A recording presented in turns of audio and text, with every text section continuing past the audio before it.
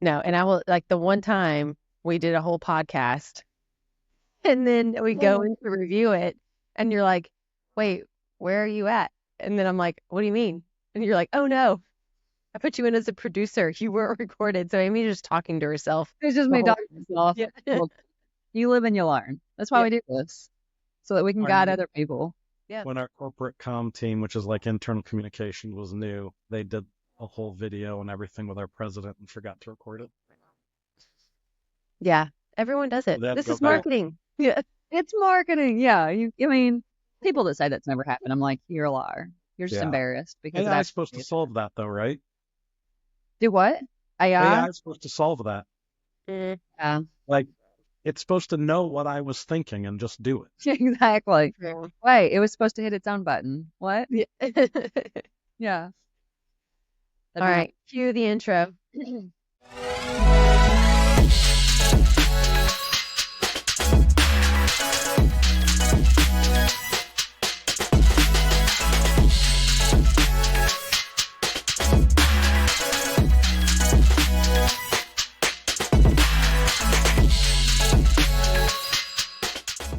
Welcome to Wolf Unleashed, the podcast where marketing meets real life. I'm Amy. And I'm Kat. We're the founders of Wolf Social, and we're here to talk all things marketing, business, and balancing the chaos of work and mom life. From the latest marketing trends to our personal stories of running an agency, we've got it all covered. So grab a coffee, get comfy, and let's dive into the wild world of marketing. We didn't mess that up once. I know. That's a good one. Stars. Yeah. Last few times, every time we've tried to say it, it's been, hang on. Yeah. Hang on. There's your solution for AI. Say, take that video that we just did, put the clothes that we're wearing on them now, and you never have to re-record it. Yeah. So I did this platform has AI voice generation, and there was like a part in one of the podcasts that I was like, I don't like this, and I wanted it to be said, so I was like, well, I'm just gonna try this out. And I wrote what I wanted it to say, and then it was like processing, and then it's in, right? So I pressed play, and it like sounded just like me. And I was like, oh Yeah. my gosh, that is so scary. It did match perfect. I was like, wait, that's not you? It What? is No, creepy. I sent Amy a video. I'm like, look at this. Yeah. So yeah, welcome. Thanks for coming on. Yeah, welcome to our podcast, our Thanks for think having tank. me. Yeah, of course. We can make fun stories about you if you want us to, but you can also introduce yourself if you'd like, whatever your preference is. Oh, I'll take funny stories. My Okay, intro will be so boring. I got this. Amy, funnily enough, met Evan Wood here with us today. They were riding bikes down the road and they actually crashed into each other. And Amy flew off of the bike. Evan, being like the man that he is like, oh my gosh, are you okay? And then instantly LinkedIn friends. And we're done. Just like that. Yeah. I'm safe. Are you on LinkedIn? Yeah. Exactly.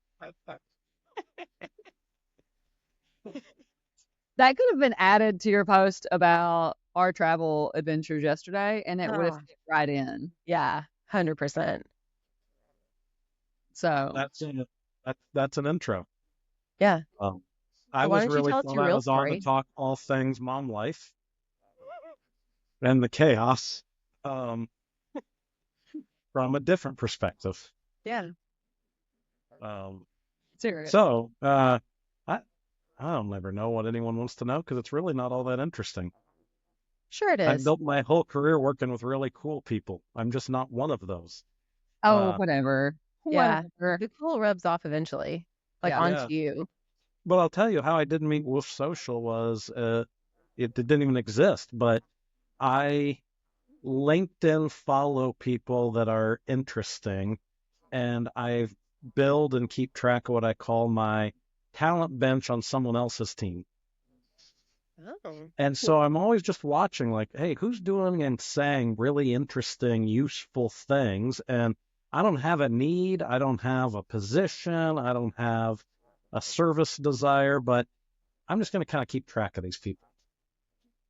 There you go. And if something materializes, great. If it doesn't, that's okay. I've learned and I've And so that's actually how we got connected on LinkedIn, was just kind of Christian connecting.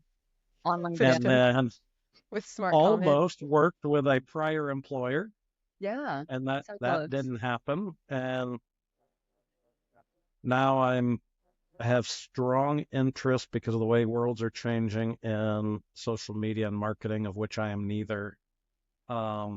Yet it impacts, feels like, almost everything I do. And so Yeah. now I'm learning and observing a whole new category.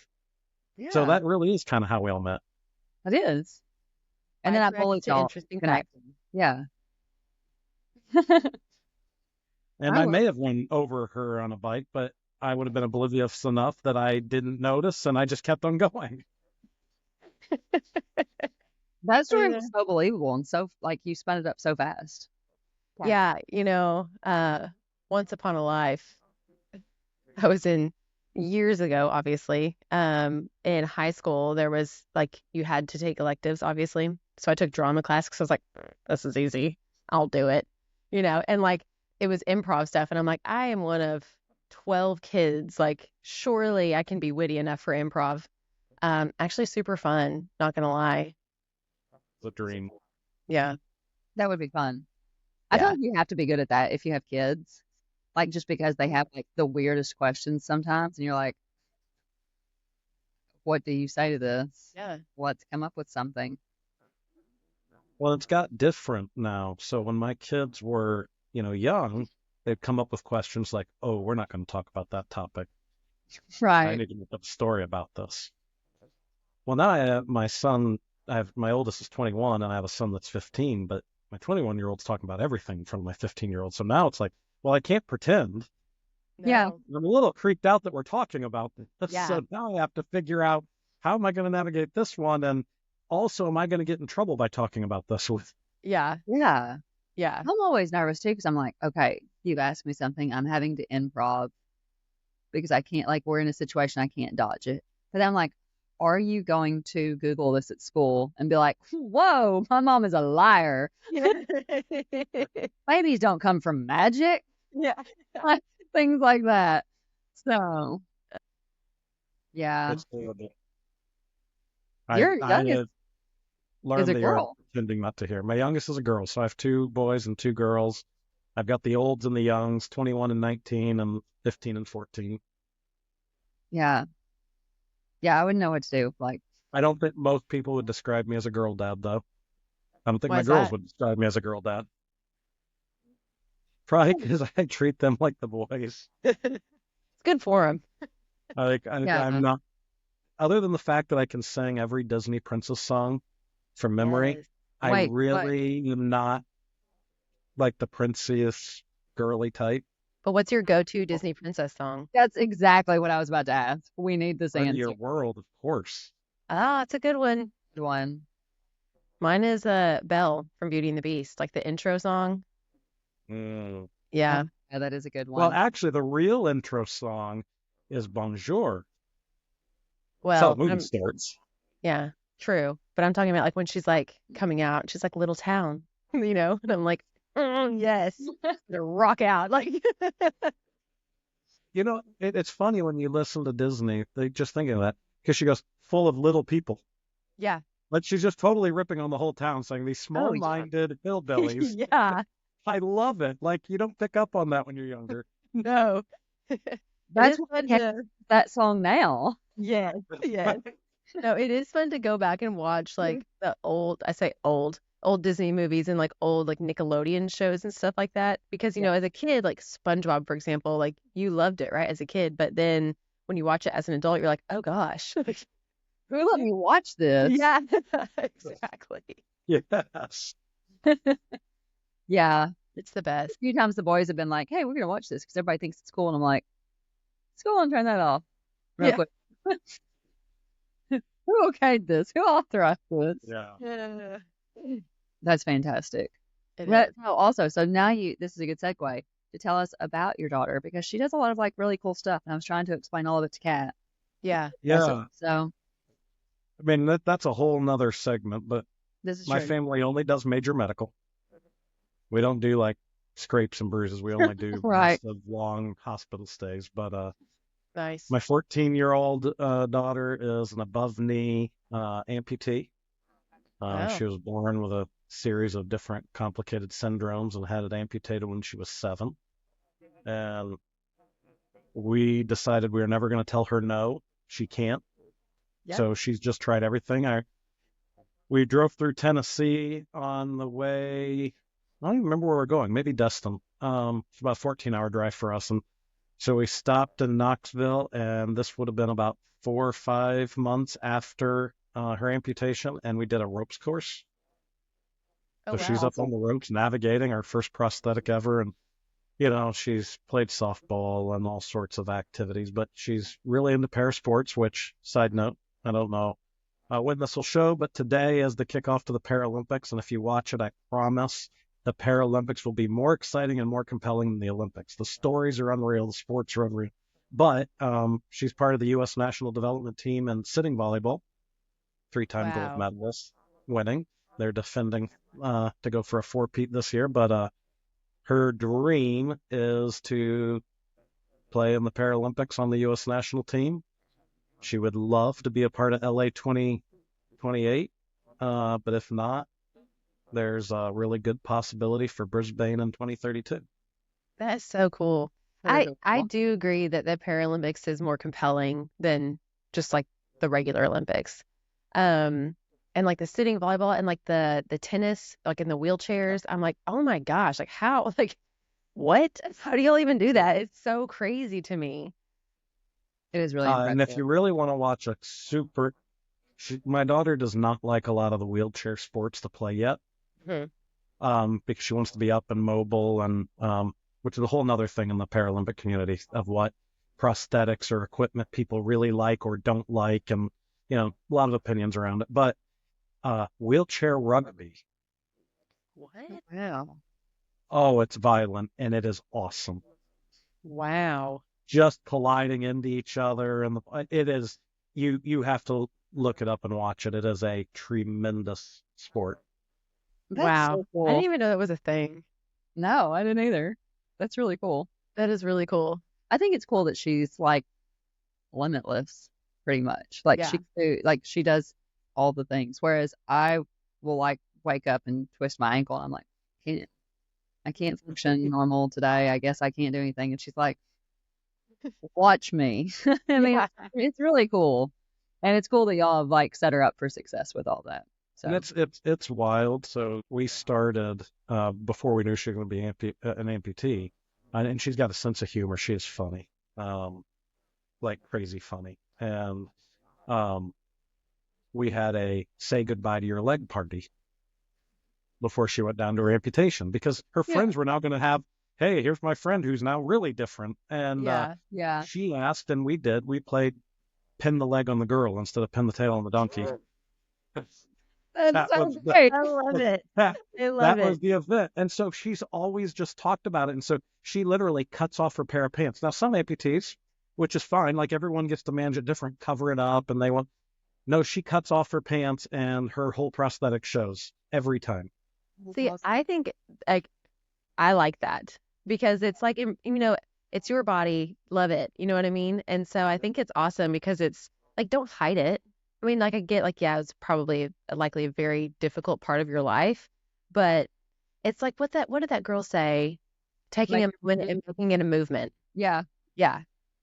Yeah. Which is what she's done, which is awesome. I Yeah. love it. Because yeah, it is one of those of it's gonna come up at some point. Like it's not Well, going to yeah, go unnoticed. Yeah. So right. may as well lean into it. Yeah. And now there's like a whole side of TikTok about like prosthetics and stuff and like like showing like we can still do everything else that y'all can do. We just do it differently. And I don't know why I get on that side of TikTok and I'm like, God, it's so cool. Like in a So weird way. You know? you're either currently moms of young kids or moms of kids that were young at one time. Mhm. You'll probably know this feeling. We call them glancers, but kids are fascinated by her robot leg. Yeah. Oh yeah. I could see that. And starting at like 1.5, where they can tell something's different. Yeah. Yeah. And so they stare. And, you know, and all the way up till maybe about 13 when they start to realize, and then it's just quick looks because they realize they don't think they're supposed to stare. But she doesn't care. She knows they're interested. If they come up and talk, they'll ask. But the moms, once they see her, are always mortified.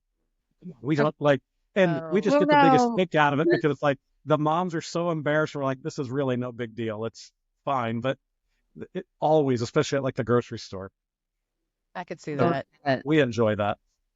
So does she like educate them on like if a little kid comes up and asks, is she like, oh yeah, look, it does this and all kinds of stuff? Or Yeah, like, she'll show sorry. them it does this, and she'll tell them some stories like, did it bite it off? Well, yes, it did. And then she'll always tell them no, it's didn't. But yeah, and she'll show it off, and she lets them touch it, and That's That's pretty awesome. cool. because it is Yeah. it is cool. It's very expensive too, so I'm glad she gets more use out of it than just wearing it. Right. We buy one a year, and it's crazy expensive. Yeah. But that's neat that she, educates those kids because then it's like the next time they see someone who has a prosthetic, like they're already going to know it's not going to be a big deal, but like they'll probably likely always remember that, oh, there was this one time this girl let me touch her prosthetic Yeah. and it was super cool, Yeah. Well, I think about, I always think about this, like it normalizes it. I Mhm. grew up, if I met someone in a wheelchair, I didn't know, do I kneel down? Do I just stare down? How do I talk? Do I Yeah. ask about it? Do I act like it doesn't exist? Yeah. And so you create these awkward interactions, and the world is normalizing disability. But that's just part of it. I realize, oh, it's not a big deal. Now I just talk. I don't have to be scared or nervous or, whatever. You're right. And I feel like that's a huge deal too, because you're right. Like the world's normalizing it to a degree. And here, let's remove the stigma. But you go, still on a personal level, like just there's a lot of different things where you go, on a personal level, I still don't know, like, what am I allowed to ask you about? What can't, like, what Right. Yeah. questions are okay? Things like that. Like, I realize it's okay to acknowledge this, but whenever And it's then they one, meet what my extent? brothers and realize we make fun of her. And she jokes about it. So my question is, has she done any cool Halloween costumes? I mean, everyone does a pirate that's an amputee. Right. So Yeah. she's done that a handful of times. I've lost on the cool ones. Like I've wanted dripping blood and like go around with a crutch Yeah. and not wear her prosthetic. Yeah. But I've lost on those. Man, Um, missed opportunities. yeah, Be a team player. Come on. Yeah. I know. This is everyone's Halloween. Don't, come on. The- Let's have fun I with your think she will costume. ask me, it's like, hey, is this about me or is this about you? And I was like, well, it's kind of about me because I'm taking you around. Right. Like, Yeah. humor me here. Yeah. Yeah. You can do this every day. Let me have this one day. Come Yeah. on. Right. You selfish.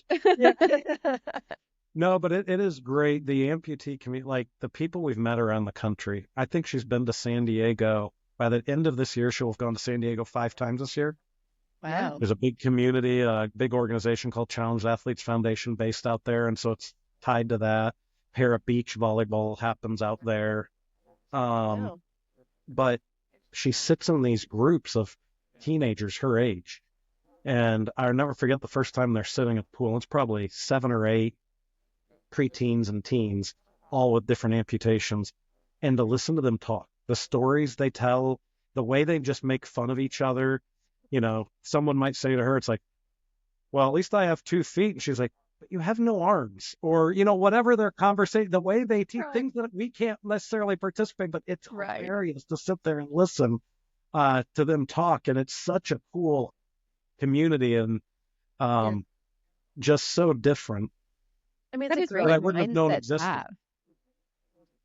Yeah. Yeah, and she'll tell you she's so glad she had the amputation. It's opened up so many doors that she Yeah. wouldn't have had. And Yeah. she would tell you it's the best thing she ever did. Wow. That's cool. And so has she done speaking engagements? She's done a couple. I am seriously talking with her, and she's interested about getting her like a formal professional speaking coach. Yeah. To have the delivery, but also learn how to make her story more compact and meaningful. Yeah. Like, the profession speakers, they can just give that talk and it's great every time. Right. Because she has gotten a few opportunities. The very first time actually at our company, I took her and He's a head coach at Purdue Fort Wayne, which is a small Division I branch campus of Purdue University, and he works with the men's national sitting team. But she was at one of his standing camps, and she called us up. Hey, I don't know if you would mind, but could I work with her on sitting volleyball, and introduced us to the sport? But the two of them came and talked about resiliency and adaptability to our leaders. And so talked to about 200 people leaders Awesome. about that with real, tangible, real life experience. It was fantastic. And so that was kind of her first. It's awesome. She did a That is pharmaceutical amazing. company out in San Diego, did a talk there. It was great. That I is, think it'd be so cool. I Yeah. hope that she takes off and gets to do tons of speaking engagements because, like you said, like getting to, there's a huge difference in getting to hear someone talk about resiliency and like overcoming and then seeing it, like yeah. you're really doing it. So that's pretty awesome. We got to see Michelle Lee, which completely different situation, completely different. She was doing a talk on, you know, how to deal with people that point out your differences. And so her situation was she was the first Asian news anchor in all of Missouri. And so you go, that, I mean, it seems cool to me. I didn't understand what odds she was overcoming. And hearing her story, she go, oh my gosh, Yeah. it's so cool. And so she was like, just little things that you don't understand. She's like, I'm having to deal with it. It doesn't hurt your feelings. It hurts mine. And so like she started the Very Asian Foundation and just hearing like all the little things that built up to that. And you go, that's so cool. Like I wouldn't have gotten it just, listening to somebody that's got the robotic talk of, being nice to everyone and not noticing things. But hearing it from her, she goes, it's so cool. Yeah. So I think it'd be Yeah, awesome. for sure. Sorry, I went off on a whole thing about your kiddos and how cool they are. Well, they do sound like super cool. And I think that like her speaking engagements, I think she'll have way more opportunity because she's, on the Paralympic trajectory. So Yeah. I can only imagine that they're going to be like, hey, this is a whole group of people we want to talk to our companies, Yeah. I know like, I've listened to John O'Leary. He was in like, if I remember correctly, like in an explosion as a child and it like blew off basically his fingers and he's a pianist. So like while he's talking, he's like playing the piano and you're like, but how? But he's like amazing at it. It's just the craziest stuff. So I think she'll have more opportunity. Yeah. And that's one of the things I want her prepared for. If she makes Yeah. the national team, she will get more asks. Yeah. And we were looking, there's 225 Paralympic athletes on the Team USA this year across all the sports. That's awesome. 2 from the state of Indiana, which is where we live. Mhm. And I Yeah. was talking to her, I was like, if you make it, do you know how few people? And we happen to know more because our hometown happens to be the Paralympic training site for the goalball teams. Mhm. Oh, And if cool. you haven't watched goalball, I've played it. It's a scary sport. It's for visually impaired. And they then put a mask over. And 3 people line up and they have this ball that kind of jingles as you go, but it's this heavy ball, like 10 pounds. Wow. And they whip it as hard as they can, and you have to keep it from going to your goal. But the way you stop it is by laying in front of it. Oh my gosh. Oh my gosh. Like it's intense and it's great, but it's so that anyway that training headquarters happens to be in our hometown, so which is unique because not many Yeah. towns or states have a training center for Yeah. a Olympic or Paralympic site. So we happen to run into more, but it's pretty rare. That's Well, awesome.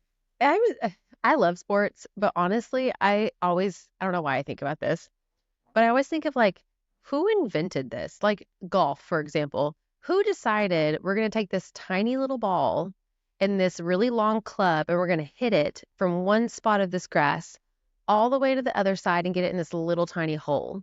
Like, what? Why? Like, Someone who invented people. yeah. That's who invented that. I hate people. Let's see if I can frustrate them and make Yeah. money. Right. It started as an alibi. We're out here playing golf. What's golf? Huh? Yeah. Uh, quick, we've got to put something together. They had like a sledgehammer and a rock. They're like, this will work. It's a great Yeah. game. Oh, you mean you've never heard of it? It's funny you mentioned golf. I think of that one. I also think of baseball. It's like, hey, we're going to take this hard object and we're going to Yeah. hurl it as hard as we can just a foot from you. Yeah. Yeah. And you gotta try to And hit it. instead of dodging it, you have to step into it and hit it with a little stick. Yeah. Yeah. Or, I mean, This it's just the sounds weirdest great. stuff. Yeah. I just don't get it. I mean, like, tennis doesn't make sense, really. You know, you got polo. It's weird. You know, like, what? Yeah. Exactly. Well, the stresses me out, honestly, out of all the sports, like gymnastics, of course, because it's like, wow, I flip that high in the air, I break a neck. But it's really Yeah. water polo. Let Yeah. me go tread water while people smash my head in and throw a ball around. Yeah. And I'm Yeah. going to do this for, like, I don't want to tread water for 5 minutes. No. And they can't touch the bottoms or sides. Like, it stresses me out. I don't know who signs Yeah. up for that. Yeah. Again, who invented that? Weird. And who told their kids, this is your future. Yeah, exactly. We're going to Do you really even help like your fund your kids? Like, travel. Yeah, because that's not one of those where like this wasn't a school thing. You didn't just here. We got a note. We could do this. Like you went out of your way. yeah. Set your kids Um, up for this. This is a problem. So that's fantastic. I hope she makes the national team just because that'd be really cool. Yeah, that'd be super cool. The ladies on the team are fantastic. They're all great. Yeah. Oh, I bet. I bet they're all I just super cool. they're people I want her around, Yeah. Oh, good. Good. you know, because they've been through lots of ages, high school, college, working, you know. Yeah. I tell people, I've probably made half a dozen LinkedIn posts about it, that if you want to hire people who know how to overcome challenges, how to share that information with other people, you know, how to educate, it's like you need to hire amputees, because when I watch them get together, they're always sharing knowledge, information, ideas, supportive, and yet coming over challenge. I just don't think you can hire enough. Yeah, determination at its finest, really. Yeah, Yeah. that's what we all want. Yeah. But then they can articulate it. Like, they didn't just overcome and go, I got this knowledge myself. Yeah. They just openly share constantly. Yeah, it's pretty spectacular. It is impressive. I like it. Oh, I do too. So tell us about you outside of that. Let's hear about you, Yeah. instead of just your kids. Yeah. Tell us about life at Fort Wayne Metals. How great it Yeah, is. Fort Wayne Metals. So interesting relationship with the company. I was a Yeah. professor, and in the middle of the Great Recession, I met the owner, and we started talking over dinner one time about how we should need to get education more combined with business instead of separate from. And he invites me in to meet with his executive team, and they ended up committing to put 25 people through an on-site MBA program in the middle of the Great Recession when everyone else was cutting costs and training Right. development. So, Wow. and so that was how I started meeting him. Then I started doing more consulting and executive coaching with a couple people here. And then I left teaching and went full-time into consulting. Fort Wayne Metals grew into my largest client, and then they ended up hiring me. So I've been around this company for about 7.5 years as an employee, and about 7.5 years before that as a consultant. Oh, wow. Oh, that's Matter cool. of fact, our president, my boss, was an MBA student of mine, a coaching client of mine, a colleague, and now my boss. So I tell him all the time, if you do a terrible job, it's kind of on me. Like, I Yeah. have some culpability here. Like, Yeah. I provided a lot of the training. But what struck me about the company was that they were investing when everyone else was cutting. And Yeah, I'd that is always said, I'm interesting. never going to work for another company. I'm going to do something independent, always. But I had the 7.5 year inside view of how the company thinks and acts. Yeah, that's And cool. so we're now 54 years old, never had a layoff. And when you're on the people side of the business, which is half of my job, those are things I don't want to be a part of. Yeah. And so through COVID, never had a layoff. That's Wow. awesome. And matter of fact, our president just told this story in our annual meeting Friday. He and our owner, CEO, were at a business CEO peer group meeting during COVID. And the question that they posed was, we are faced with losing $1 million next month. What do you do? And so the CEOs are going around this round table giving advice. And it became, you've got to cut. You have to cut deep. Don't just lay off, tens of people, lay off 40%. And our owner and our president were getting mad. And the next day they quit the group Yeah. Wow. because they like that. Those values don't align with who we are. Those aren't the Right. kind of solutions we're Yeah. going to be about. And so just really speak to the heart of people. And so, yes, we actually sell lots of really cool things in the med device space, and could tell you some wild stories around that about what our products do. But and that's very missional and love that. But it's really about, we are a people first company, not just like, hey, it's really good to take care of people because it's turnover. It's like, no, we're really about the families and the community we're in. And that's Right. why we exist first, Right. kind of the Simon Sinek why. Then we happen to take care of really cool customers making unreal med devices that save lives. Then, and like hitting profit is so far down the list. It's awesome. And we do just is. fine, but I believe we do just fine because of keeping those priorities in order. Well, yeah. I mean, we've talked to a couple of folks within HR, but I feel like a lot of the success of a company starts with its people. Like that is the success. I mean, granted, obviously products and that kind of stuff are part of it too, but if you can't sustain your people, then you're never going to be successful, in my opinion. Right.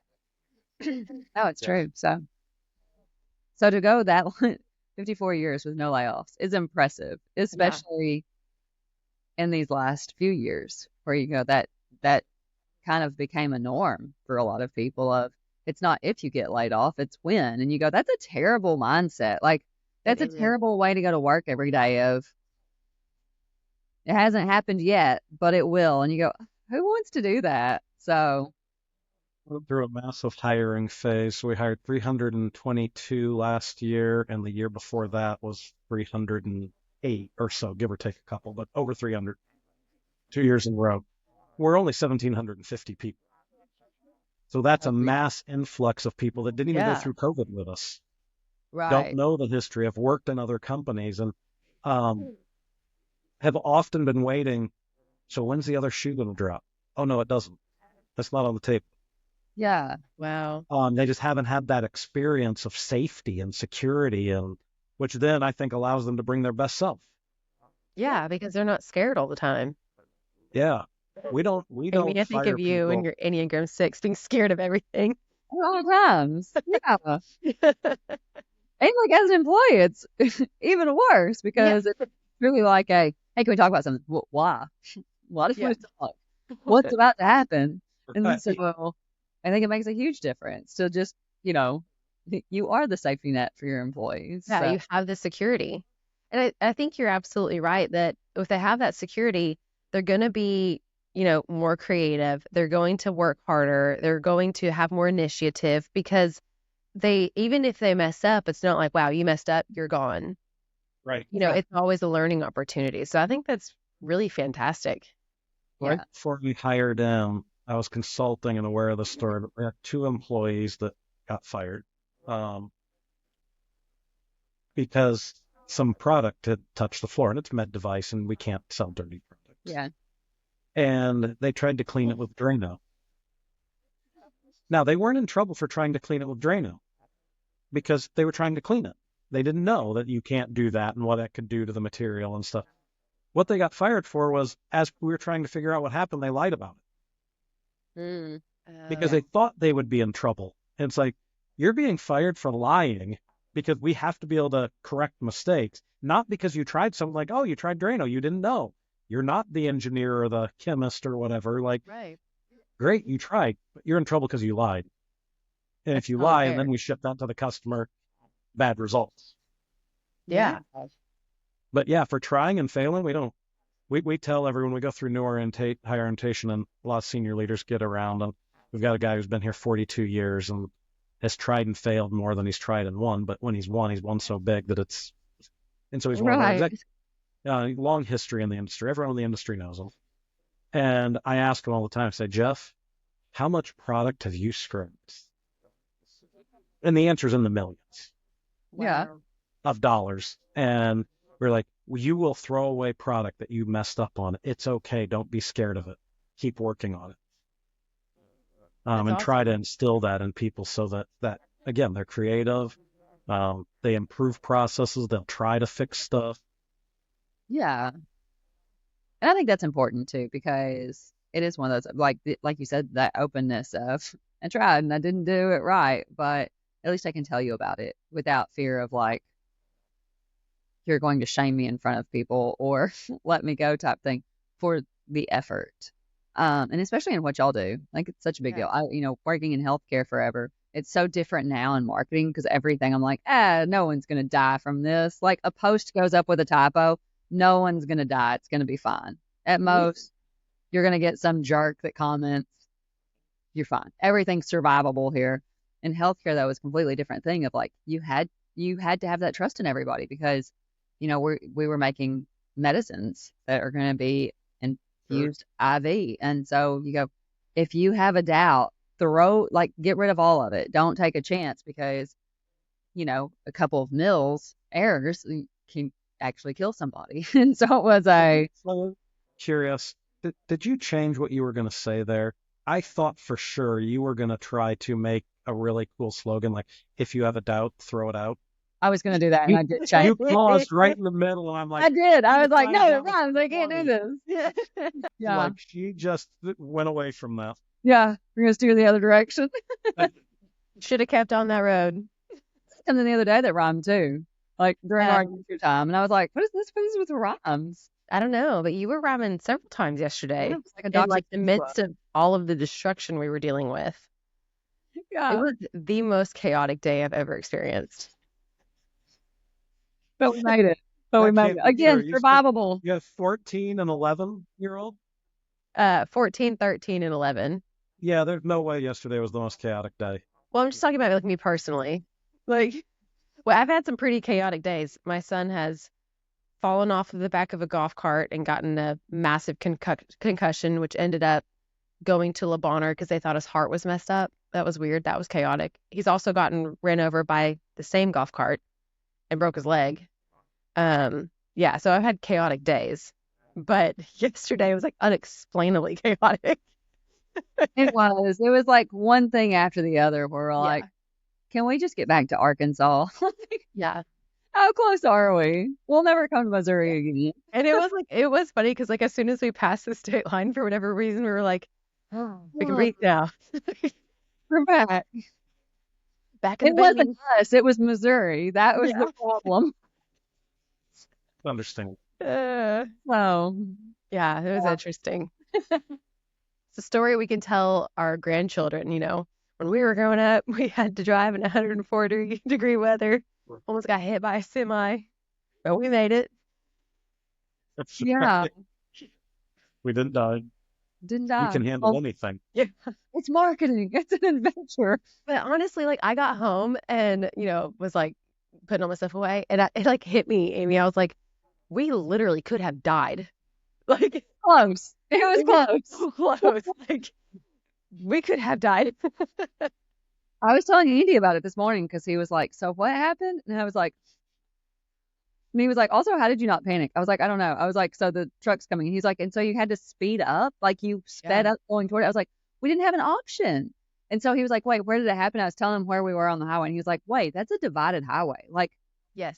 Like very divided. So how did he even get on I was like, I don't know. We didn't have time to figure that out. Yeah. If you haven't driven down the divided highway once in your life, I mean, yeah, we've all done that, right? Yeah, that guy has. Like, not driving in a semi, but we've all done that. Woo! Yeah, it was crazy. It was close. I was like, Taylor, back of this car may not make it. So yeah. It wasn't that close. Sorry, everybody. You were such like an amazing, like you did not panic, which is abnormal for you.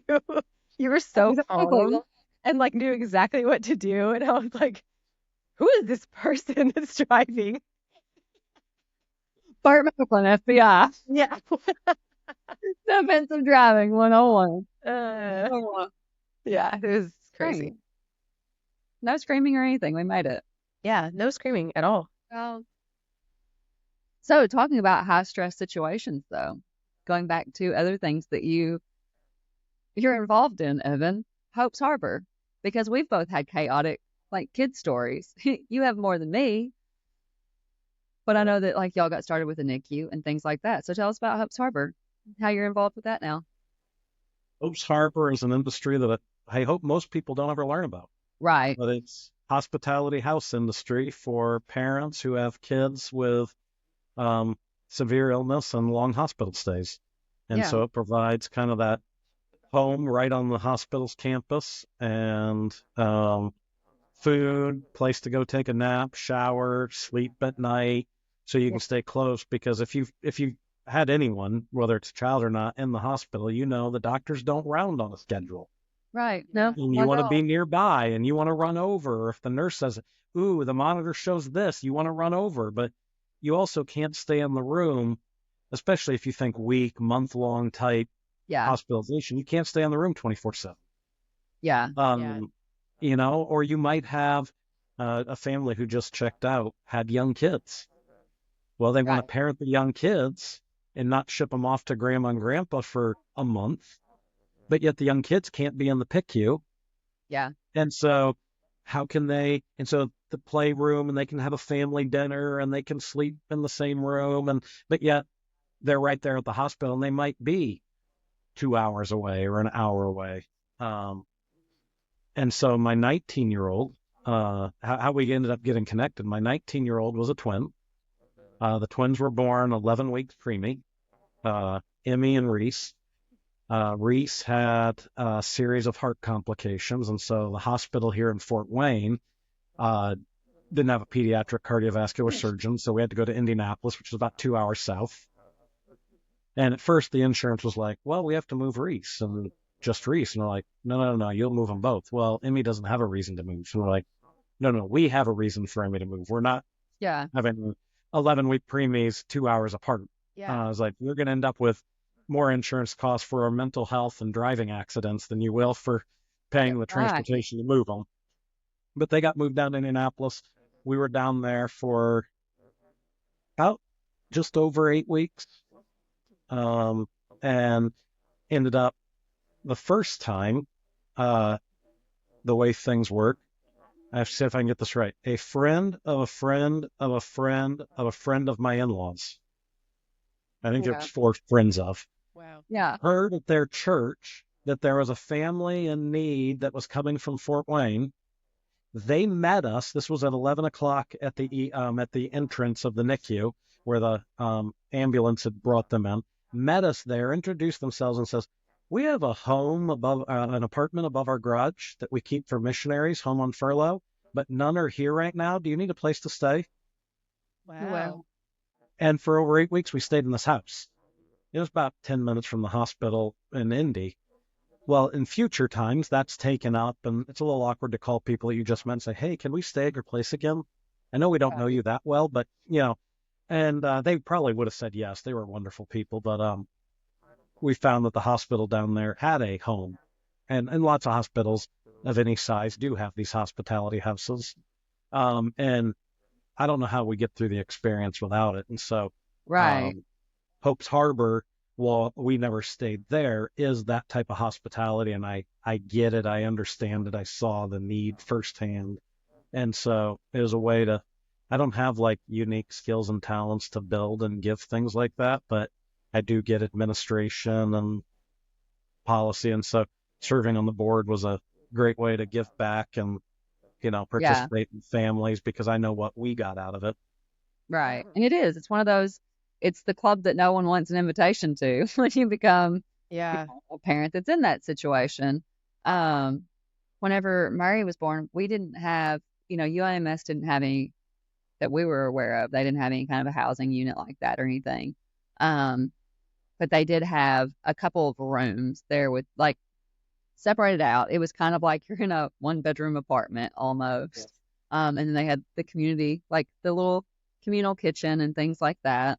And that was so helpful because you go, there's no way. Because, I mean, we were 3 hours from home, and it's one of those, I'm not driving 3 hours and leaving him here.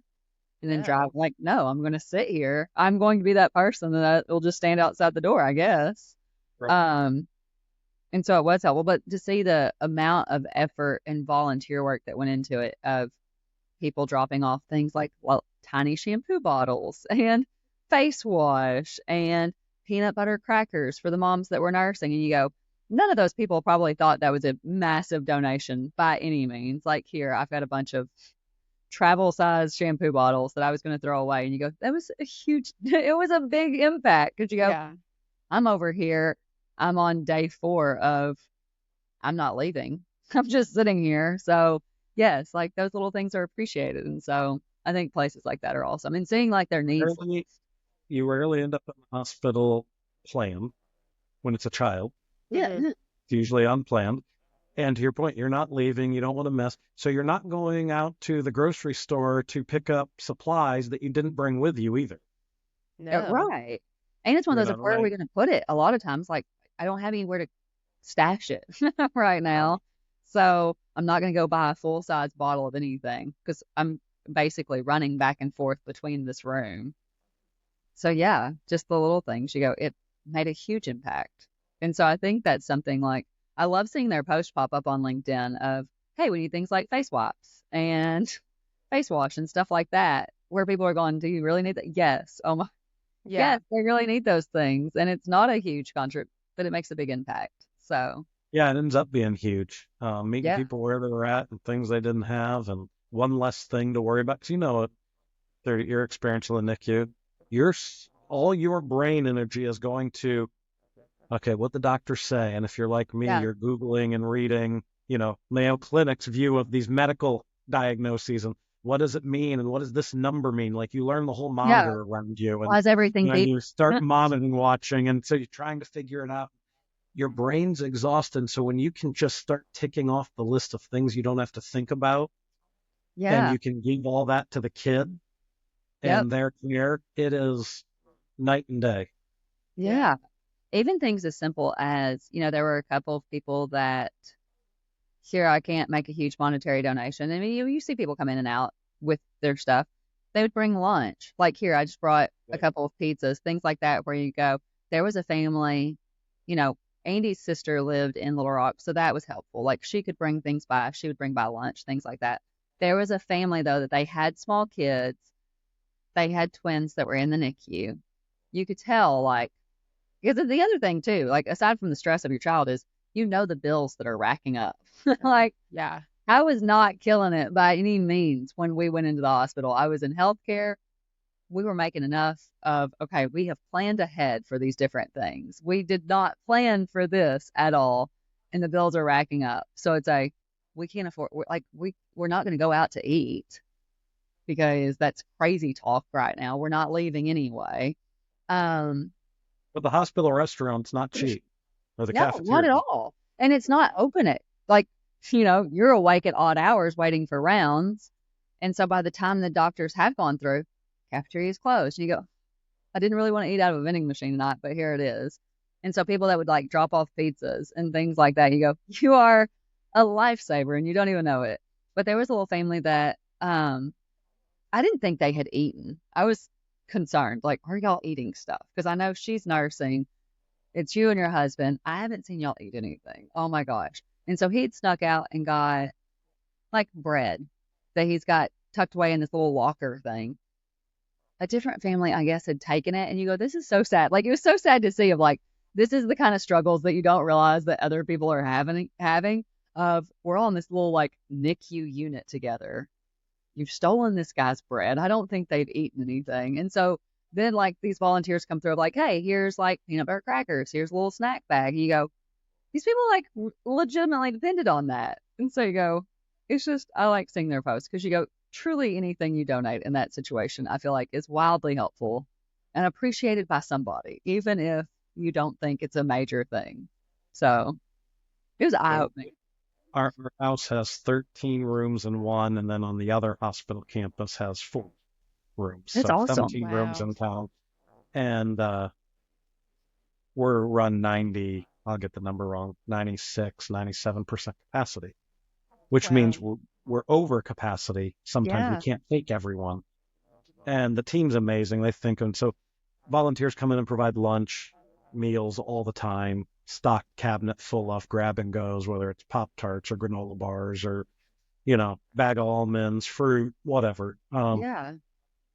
So they're now launching a new program. Like the team there is just brilliant and sees needs and fills them, that they're calling Hope to Go. And they are temperature isolated, like lunch bags Yeah. that can be stocked with food to go, because maybe they aren't coming back all day, but yet they're going to need to eat, Yeah. Yeah. or maybe it was the odd hour and they're going back at 9 at night and, they hadn't eaten since breakfast because one thing after another, different test, Yeah. whatever. But now, or maybe they aren't staying at our house, but their kid is in the NICU. Because we do day passes, they can grab something and go back and eat, even if they're not staying there. But, we can care for more people, even Yeah. if it's not a bed to sleep in. So it's really cool that what they're starting. That is really cool because Awesome. the other thing is, the people that weren't staying like where we were, there were a lot that were going like, this is my lunch break. I've worked all day. I'm using my lunch break to come check on my child, and I'm burning the road up to go back to the other side of Little Rock or wherever they were driving in from. And so there's no way that you had time. Like, you didn't eat while you were here. You're not going to stop on the road and get something. And so that sort of stuff's really cool. Where you go, you are probably helping a lot more. Humbling. The NICU that we were in at the time, that they've since changed it, but it was more of a ward style. So there's 80 incubators. Wow. I mean, it was just this map, but it was a ward. You're all in one room. Yeah. And I would see these children that I'm like, I'm here day and night and no one's come to visit.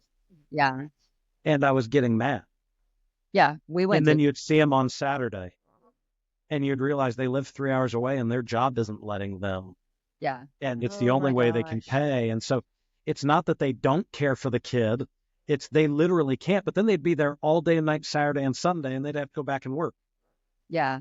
And so then I felt little tiny person for being mad at them as I started to learn the stories. And I happened to have a job that let me go, but that wasn't everybody. Yeah. It definitely does make it much more eye-opening on, like, employer and workforce, like the benefits that people have. Yeah. Because same thing, we saw some that we were like, oh my gosh, there's not been a single person here to check on this kid. And, in the NICU, it's just, you've got kids that are going through things where they're crying around the clock. And you're going, what's the deal? I'm in here trying to hold Murray every chance I can. No one's been, and you do get mad. And then, sure enough, it'd be a situation of, we live in Texarkana. We're having to drive up because we don't have family here. There's not room. We can't afford to stay in a hotel. Like, Right. I have to work. I know this is a hospital bill that is not going to be cheap. What can you do? And you go, shit. Yeah. So back in the day, hospital, this was pre-Affordable Care Act, aka Yeah. Obamacare for those that don't pay attention to the actual names. So you had lifetime maxes on your insurance. Reese, our daughter that had all the heart issues, she had her first open heart surgery at 6 weeks, second open heart surgery at 6 months, and her third right before her third birthday, and that one is the one that she didn't survive. But she hit her lifetime max before her first birthday. Oh my gosh. Oh my gosh. So is everything else out of pocket, I guess? Well, so she hit the $1 million max, which I said I was paid like a professional athlete that year. I didn't have any cash to show for it, but I'm my Yeah. employer. So she went on what was called Children's Special Health, which back in the pre-politically correct days was the Crippled Children's Fund, is what it used to be called. Okay. So that was a name. But I was consulting and teaching, and I actually had to either quit consulting or I created the C Corp to put all my money into a 401k plan, so that I showed no income so that she would qualify. Otherwise, Oh, it would have yeah. been out of pocket and I'd have gone bankrupt. Yeah. Now with Affordable Care Act, you don't have to do those kind of things. Lifetime out-of-pocket maxes aren't a thing. But yeah, back then that was a real deal. And I'm like, I would have gone into medical bankruptcy. Yeah. Jeez. Yeah, medical costs are just insane. Yeah. Insane. Yeah.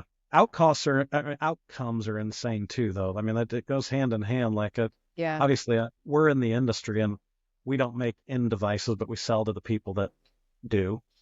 So like if you know anyone with a pacemaker defibrillator, that's a whole nother story. My wife was 5 months pregnant with my youngest, and she was running at the YMCA and went into sudden cardiac arrest with ventricular fibrillation, and they had to Oh my AED her gosh. and shock her back and implant a pacemaker defibrillator. Well, anyway, the lead wire that goes from the device that administers shock, we make for the largest percentage, around the world. Hmm. And so it has our metal in her and all that kind of stuff. So, say her and the baby only live because those technologies. And it's like, what price do I put on that? I mean, yeah, you're right. I mean, we have the technology. So, and, thinking about it, just like anything else, there's so much research and trial and error that goes behind the final product. So, yeah, there's obviously a price tag to that. But that's crazy. Golly, you Yeah. should just wrap your entire family in bubble wrap. I've told you, we only do major med. That's how I started. Yeah. We only do major medical. We don't do the little things. Right. But I have all my residency for doctor and nurse done. Now I just need the coursework, but I've done the Right. residency. Yeah. Yeah. Goodness. Golly. Well, that's awesome. Well, we've definitely kept you here longer. See, we didn't even cover a single question. Just Yeah, like we said, didn't- a single Right. question. Did not even go over them. I told you I could talk about the chaos of being a bum. Yeah. So well, too. Look at Yeah. you. We should change that to be more inclusive of dad and mom life, dependent but, upon who we're talking He to. wanted it, It is- though. it is- He's like, I did it. Y'all can do it, too. Talk about mom It life. is different, right? Like my favorite meme is a woman doesn't understand the pain. How's it go? Is it giving birth is the closest thing a woman comes to understanding the pain a man goes through when he has a head cold? Right. Or whatever that, meme is. Yeah. Like, Yeah. it's different. I get it. We've been, my wife wanted to work, be a stay-at-home mom. And so she did that. And thank goodness. Yeah. I have no interest. And See, I she's so love good working at from it, and home. I'd have failed. Yeah. And it's like, yeah, just would not have done it. Like, yeah. Yeah, I thrive working from home and like the chaos of the kids being here and needing to go places and like changing, like being so malleable with my schedule for work. Yeah. I Yeah. mean, some days I'm like, I'm about to pop off. Like my head is going to pop off my shoulders because I'm so stressed, but I would never change that ever. Right. And Yeah. I try to come into the office as much as possible so I don't have to deal with the kids. And I would never change that ever. That's fantastic. Well, I'm so glad that you got to come on today. Yeah, me too. Fun. Learning all the things. Yeah, Looking I'm forward glad to we it. talked about something useful, hopefully, somewhere. Oh, yeah. I mean, honestly, this is kind of just like, let's get to know people, and like Yeah. Yeah. share each other's lives. This has been awesome, honestly. Like just talking Yeah. to people. Yeah, I've watched 2 of them. They're fun. I The get it. lady, the retail one, it wasn't Amanda? Patagonia, but the Patagonia Light Company. Yeah. Yeah, Amanda Herget. Yeah, she was Yeah. really interesting. So that store started in the town that Amy and I live in. Okay. And now, I mean, it's grown to, I think it was like 21 stores over 7 states. Like it's like a huge company now. Right. And it's so cool because like Amanda and Ted, like we hang out with them and you would just never guess that they're as successful as they are because they're just so down to earth. Yeah. I just am always jealous. I've been financially risk adverse. And so I had my own consulting practice for a while, but honestly, I built it while I was teaching and had a guaranteed income. Yeah. And then once I had enough, I left. So it really wasn't a risky start. But to watch people who are like, man, we're all in, we're doing this thing, we're putting up money for a store, and those things don't just grow linear. Like it's up, No. we may have to shut down and close and never gonna survive. Let's Yeah. mortgage the house. And then, like Yeah. I love those stories. I could read those books all the time. Yeah. It's really a testament to their grit. It was really interesting to talk to her because like I've talked to her, but never like that in depth. Like it's usually just we're hanging out, but it was really nice to kind of dig deeper with her on Gearhead and how it started. Yeah. Here, That's cool. that was the name. Yeah. Gearhead Outfitters. All right. Thanks for tuning in to Wolf Unleashed. We hope you enjoyed our deep dive into the world of marketing. Don't forget to subscribe, rate, and leave a review. It helps more people find our show and join our community. And if you have any questions or topics you want us to cover, reach out to us on social media or through our website, wolfsocialmarketing.com. Until next time, keep unleashing your marketing potential. Bye.